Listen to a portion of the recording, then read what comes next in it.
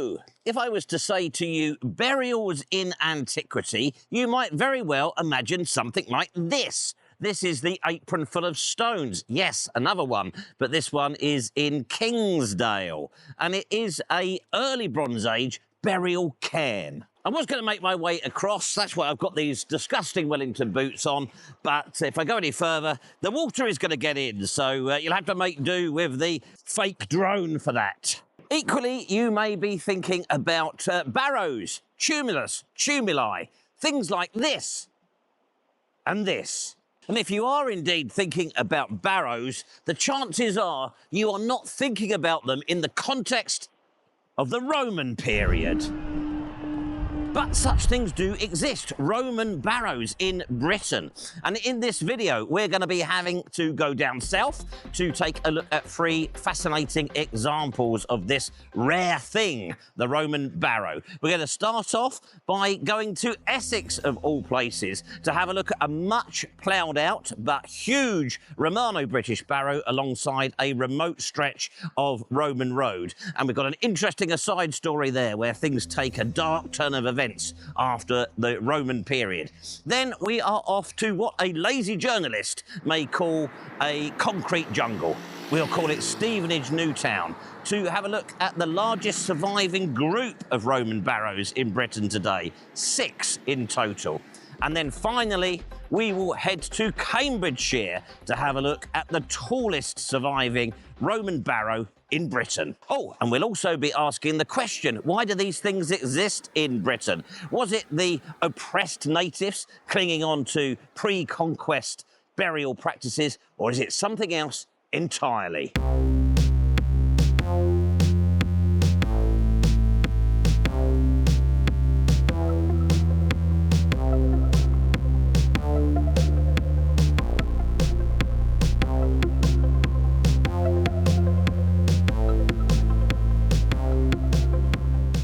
I'm in Essex, but this is not the Essex of Joey Essex.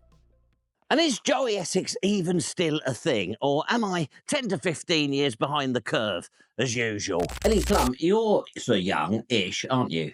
Ish. Yeah.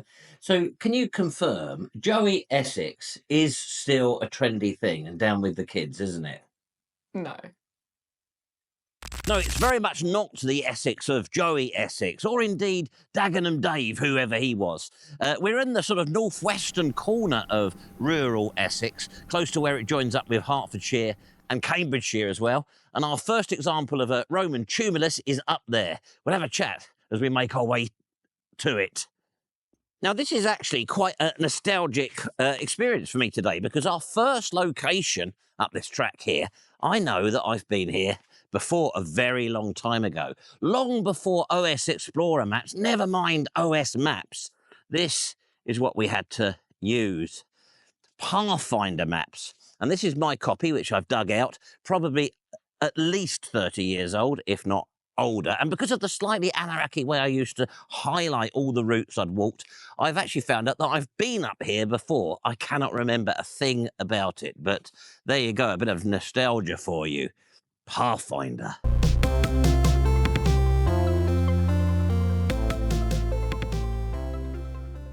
Now, as I make my way up here, we've got to find a Roman road first before we can find our tumulus. Let me give you a little bit of a data dump about Romano-British burial mounds. Now, according to Historic England, there are less than 150 known examples, recorded examples. That may explain any sense of surprise that you may be feeling to learn that such things existed, and the concentration of them is pretty tight. The vast majority of them are in East Anglia and Kent, as you may be looking at some sort of overlay. Outside of that, there are some other examples, and we'll talk a little bit more about those later on, but they tend to typically show less distinctive Roman characteristics, less grandeur in the size and scale of them, poorer grave goods. Now, when you're looking at that overlay, you may have also spotted that there's a big cluster of them in Belgic Gaul as well, and that's something we'll be considering a little bit later on. Now, I'm sure you're all screaming at your devices already, saying they're clearly not Roman burial mounds. They're the native Britons carrying on burying their dead in the way that they had become accustomed too. But it's not as simple as that, because the characteristics of this small group are distinct, and they are really quite different from anything that was happening in the Iron Age. When you're thinking about the large burial mounds that you may have encountered, you're probably thinking of burial mounds from the Bronze Age or the Neolithic, because they're large and impressive. Typically, by the time you get to the Iron Age, there are exceptions, obviously, burial mounds were pretty unimpressive, really. They were typically squared off, and I think the average height is something like about 0.5 metres, whereas the Romano-British burial mounds, they can be very large. They're typically conical shaped.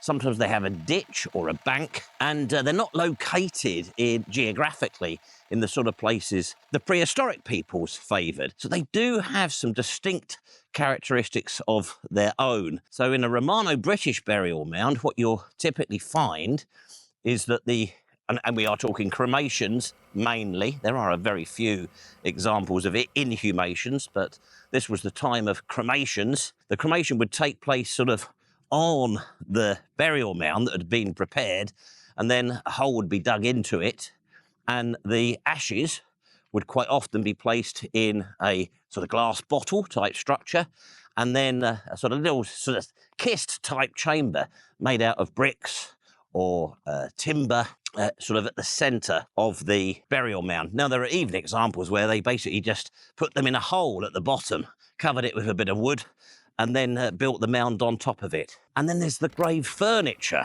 the grave goods. So many of the Romano-British burial mounds that have been excavated, and most of that, by the way, happened, sadly, in the 19th century, so they were trashed, basically, and records were really poor. But there are some great examples, and we'll be looking at some of those during the course of this video, of a really lovely range of gifts to take on the Roman journey to death. Because the Romano-British burial mounds are so distinct, these large conical structures, sometimes with flat tops, naturally our good old friend William Stukeley assumed that they had druids or priestesses in them.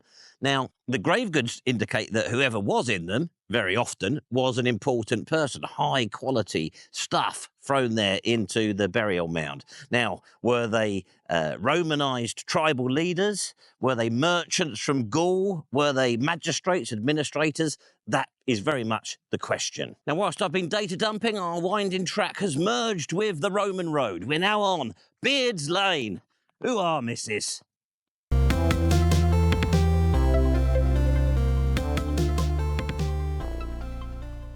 Have you been hearing some clinking on the mic? I've just realised that it's bashing against my tie-pin. Our first Romano-British tumulus is over in the corner of that field. Now, I must warn you, it's not going to astound you with its uniquely Roman characteristics, being tall and conical shaped, but there is a reason for that. Oh, God, it's even worse than I thought. Don't forget, we've got Bartlow Hills coming up, and the 6 Hills with Tweedy.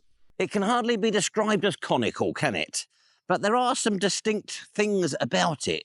It's circular, although it's been squared off by the plough over many centuries, and its diameter is 50 metres. Now, normally a round barrow would max out at 40 metres. Since 1816, there was a standing order with the Ordnance Survey that all tumulus, should be marked on the Ordnance Survey map. Now, this one didn't make it onto the OS until the 1960s, and it wasn't listed as a scheduled monument until 1973. So it has been seriously damaged by over-ploughing, literally for centuries. Looks pretty flat, doesn't it? But let's do some citizen science.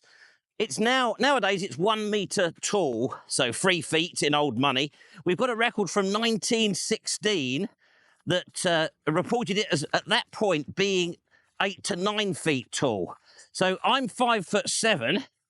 If I stand on the top here, it will give you some impression of how much it has shrunk in the last 100-odd years. So that's quite a loss of height, isn't it, in sort of 100 and something odd years. But thankfully, it does now look as though they are no longer ploughing, presumably since it was scheduled, and the grass is recovering. But if it's lost that much height in that period of time, since 1916, could this have once been very significantly larger than it is today. So it has quite a view shed from up here. In the days when it was much more significant than it is now, it would have been very visible. Now, we know from some notes from 1857 that Lord Braybrooke, who was a very posh amateur antiquarian and archaeologist, he gave a speech in Waltham Abbey about Roman remains in Essex. And from the description of the location, it seems likely that he is talking about this. So it looks like he excavated this probably sometime in the 1840s. Now, he found it to be of significant proportions. He may have been talking about the diameter, but possibly there's another clue that it was whatever that was, a half a century before the 1916 reference, that it was higher still. But of course, it has got this huge diameter. He may have been referring to that as well. Now, he found that it had been raided in antiquity, but he did find the remains of what he took to be the central burial chamber in here. And he found brick, Samian ware, and glass. And the eminent archaeologist Cyril Fox adjudged that to be sufficient to give this a Roman date. A potter's stamp dates the burial to the 2nd century AD. And I forgot to mention in my data dump that these barrows all date between the late 1st century to the late 2nd century. A lonely sentinel sat here for, 1800 years alongside a Roman road, which itself has largely disappeared as well. This is a very rare stretch of it here. It's the Braughing to Great Chesterford Road. I probably neglected that in my data dump as well. I wonder who was there. My bet with that one is that it was a Romanised native that was buried there. Now, before we get on to our next example of a Roman burial mound, 6 of them, in fact, I'm just going to head off up this lane for a bit because I want to check out a field called Constans Slap Station.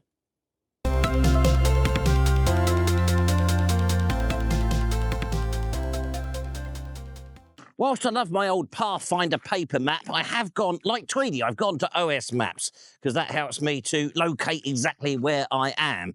But the ford there is a pretty good giveaway. Over here in this field, we have Constans Slap Station.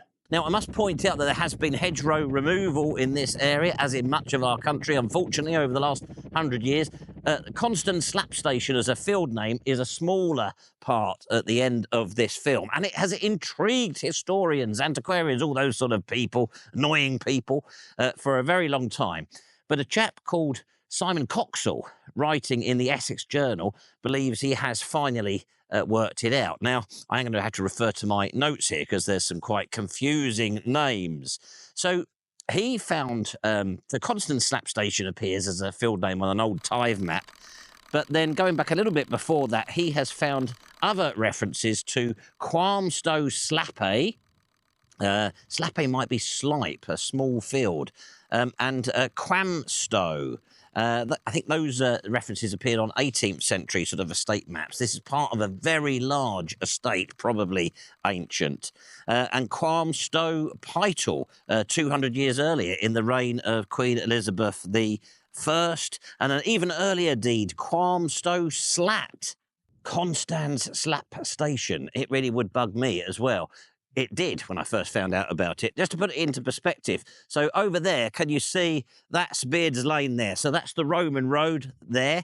That ford that I crossed is just there. Parish boundaries crossing there as well. So 4 parish boundaries. The Barrow is just up there. We're on a view shed and a watershed. What could it possibly be? Well, Simon Coxall came up with it. I'm going to have to put the name on the screen for you because I'm not even going to attempt to say this one. He believes that it's a corruption that has come down from this word that you can see on the screen, and that's an Old English word, and it does occur in a very few other places, and what it means is a place for judicial killings. So out here in this remote place, away from all the settlements, but at these important sort of junctions of things like parish boundaries, this little field that ended up having an absurd name like Constans Slap Station is very likely to have been a place where they executed bad people. Bye-bye, Constans Slap Station. I love that, a field named Constans Slap Station. Anyhow, let's leave English place names behind. That's not really what we're doing here this week. It's time to look at some more examples of Romano-British burial barrows. You can probably tell how many times I've retaken this by how churned up the water is here. So we're now going to go off to have a look at a group. I think I mentioned in my highly deficient data dump that Romano-British burials often appeared in cemetery groupings. And there is a place in Hertfordshire, so very much in the right sort of East Anglian region, where 6 remain extant. Now, the only problem is that it's a very different place to this. It's urban. Long-term viewers of the channel will know that I sometimes struggle in the urban or suburban environment, and it can induce all manner of clanking, jarring electronic music. So I thought, who else could I get to go and be a correspondent for us today in Stevenage, Newtown, of all places? That's where the 6 hills are. So I'm looking for a sort of a Jeremy Bowen type character to be an urban consultant, and it just, one man leapt to mind. It had to be him. So over to Tweedy now at Stevenage, Newtown and the 6 hills.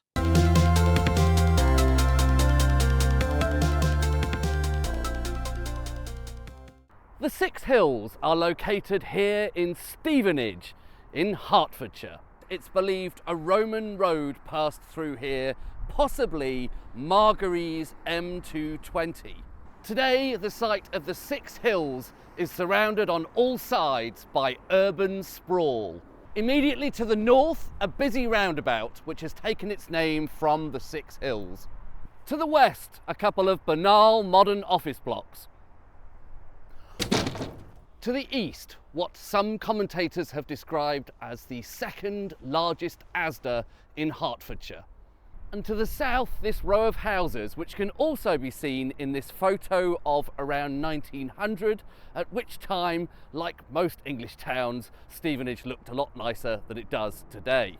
The site is a scheduled ancient monument, and Historic England describe it as the largest surviving group of Roman barrows in England today. That's the largest in terms of the number of barrows. As the name suggests, there are 6 of them still surviving today.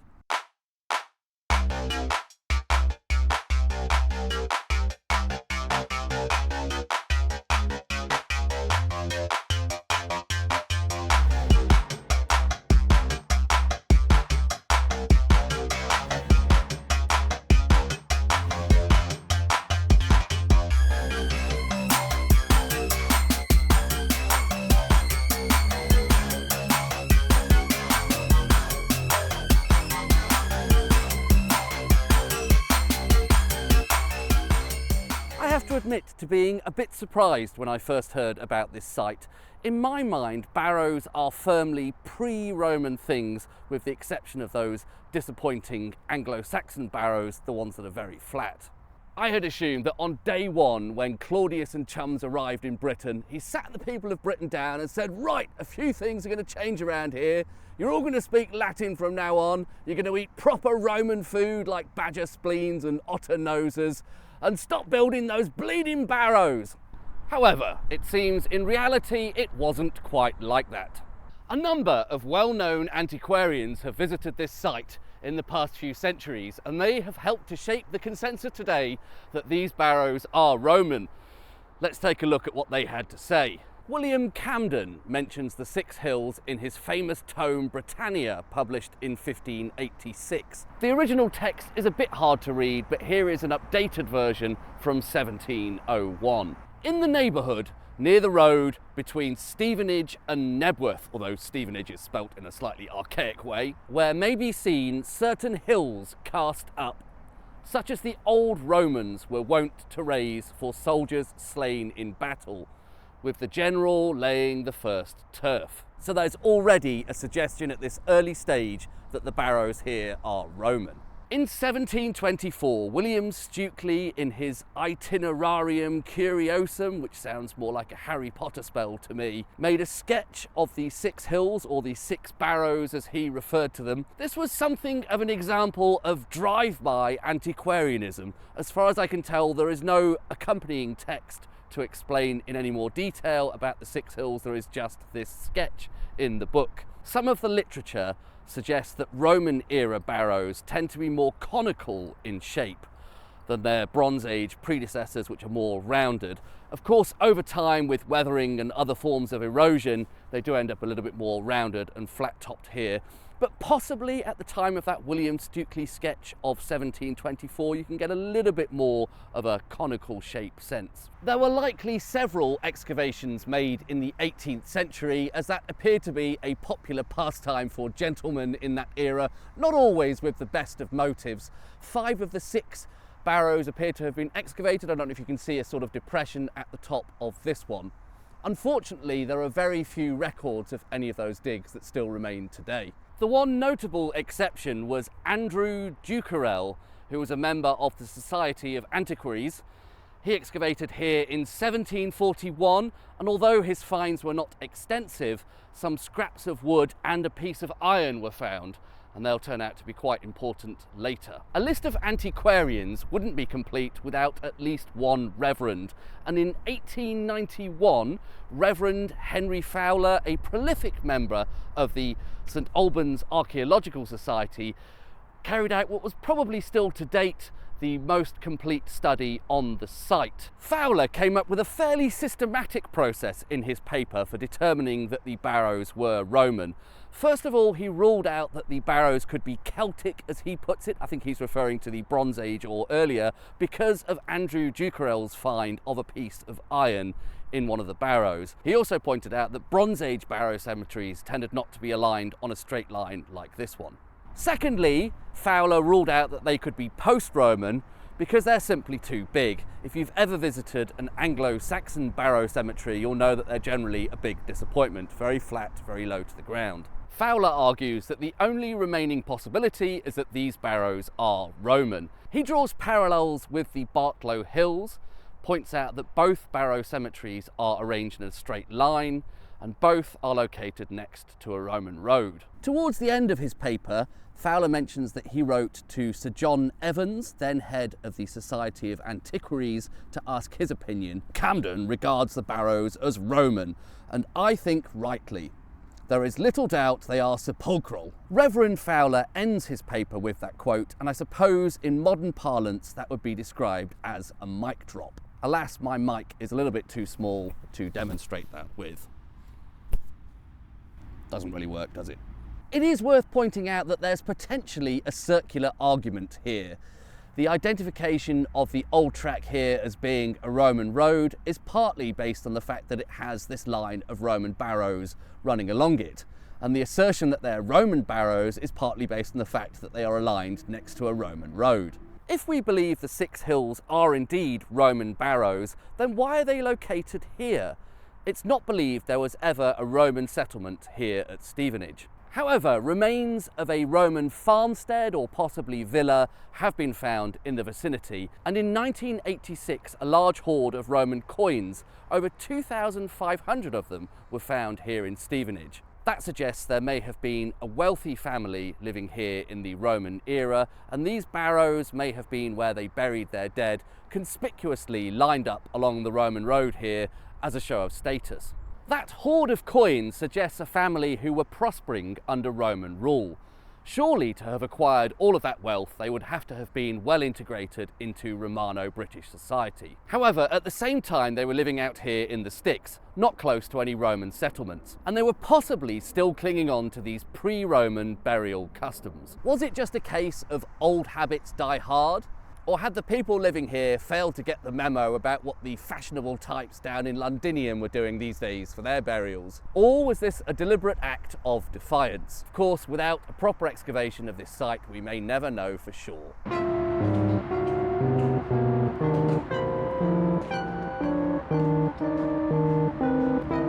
That's going to be all from me today here in Stevenage. I have found myself a fry-up here at the wonderful Stevenage Cafe, and I'll hand you back to Mr. WC21. Cheers.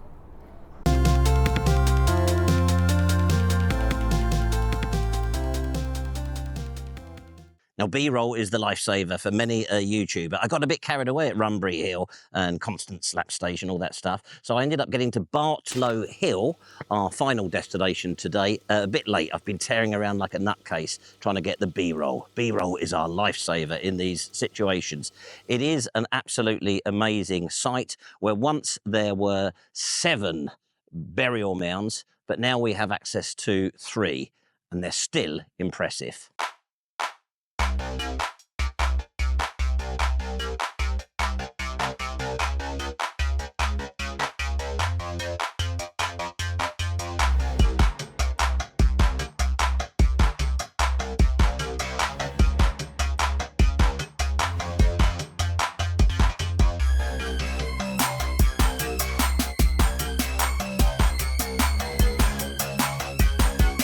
Oh, I must apologise, but at least you know I wasn't telling a fib. I have been running around like a lunatic. My hat's got a little bit sweaty, a little bit Phil Harding. Sorry about that.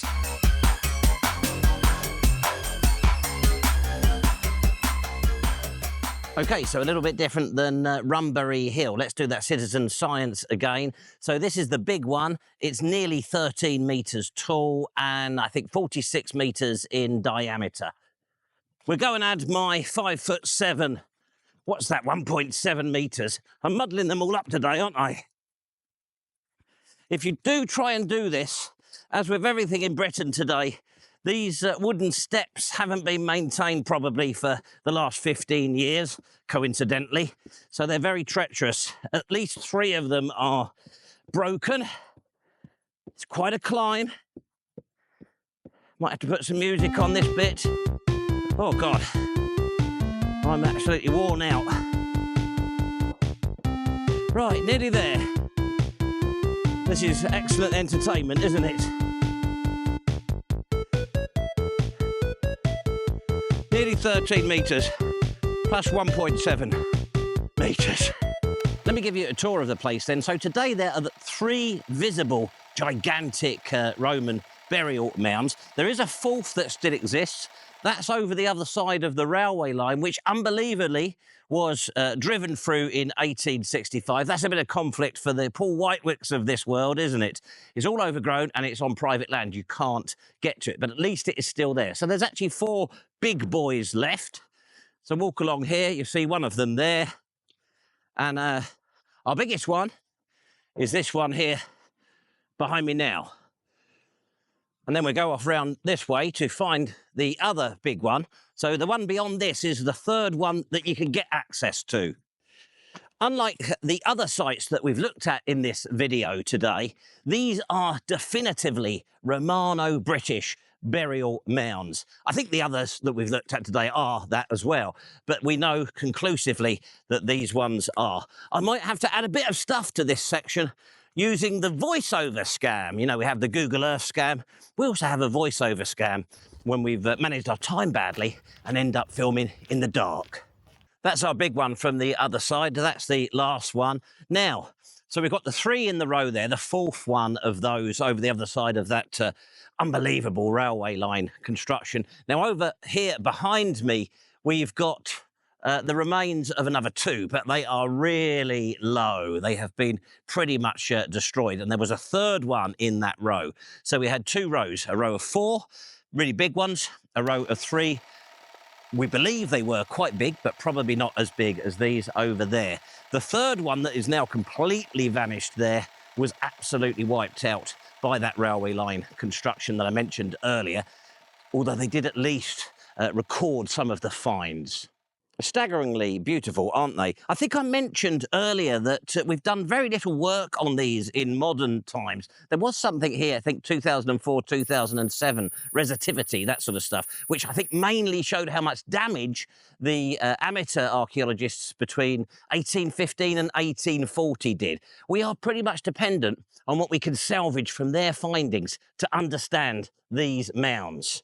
Once again, we are dependent on Lord Braybrooke. He did work here during that period. There were some others as well.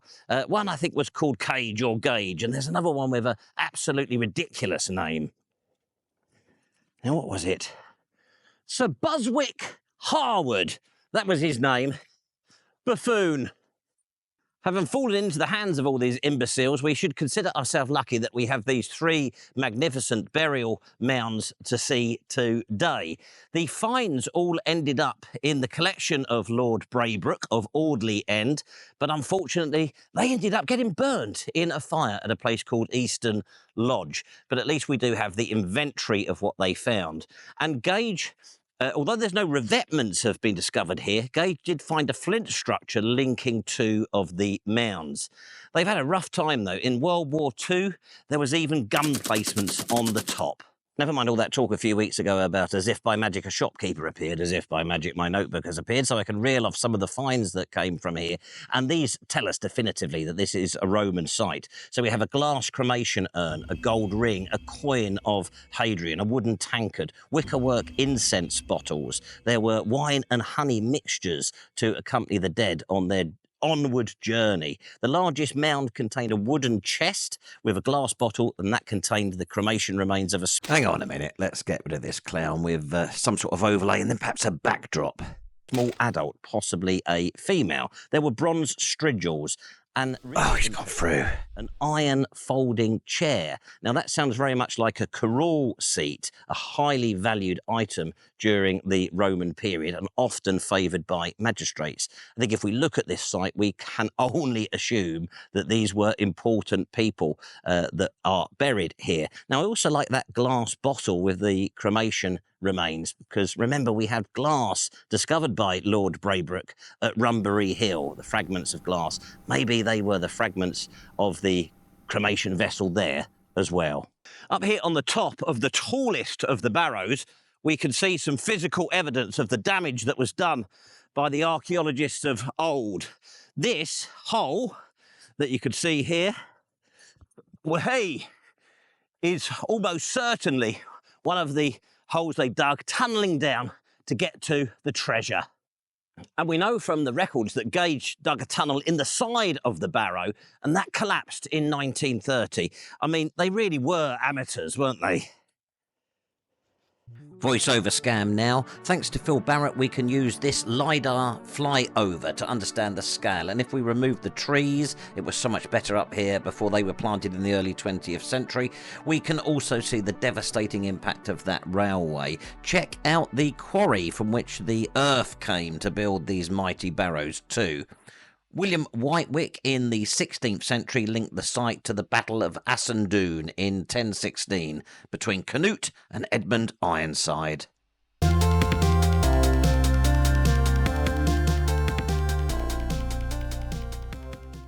Here are the theories. Number one, native resistance. So that's out-and-out continuation of pre-conquest Iron Age practice. Number two, Romanised version of the same. So in much the same way as we see with the absorption of Celtic British gods. Number three, out-and-out Romanisation, with the barrows aping the funerary mausoleum of Rome and the Appian Way, favoured by the fully Romanised native aristocracy. And then, do you remember that distribution map of Roman barrows we looked at earlier? No? A concentration of very similar barrows in Belgic Gaul, and they do look similar. A 1,000-strong cohort of Tungrians arrived in the late 1st century. Coincidentally, that's when these distinctive Roman barrows start to appear in Britain. And whilst they are concentrated in East Anglia and Kent, there are other examples as well. Now, do you remember that tumulus alongside the Roman milestone at Chesterhome that we saw a few weeks ago? No? Well, it got me thinking. There were Tungrians here at Vindolanda on Hadrian's Wall too.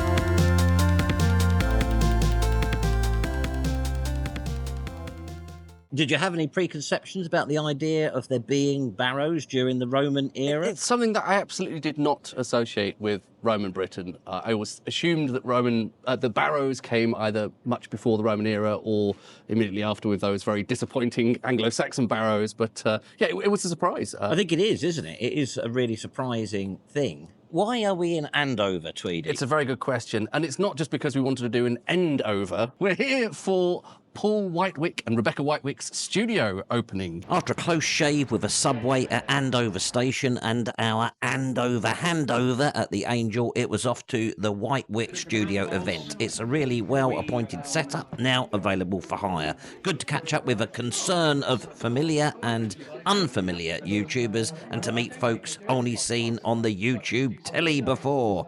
Hadley has escaped the time tunnel. Thank you all for coming and being here. It's very kind. I hope you enjoyed that as much as we did making it. I would like to say particular thanks to our urban correspondent, Tweedy, but also to Paul and Rebecca Whitewick, for inviting us to their fantastic studio event. Now, I promised a slick ending. Hang on.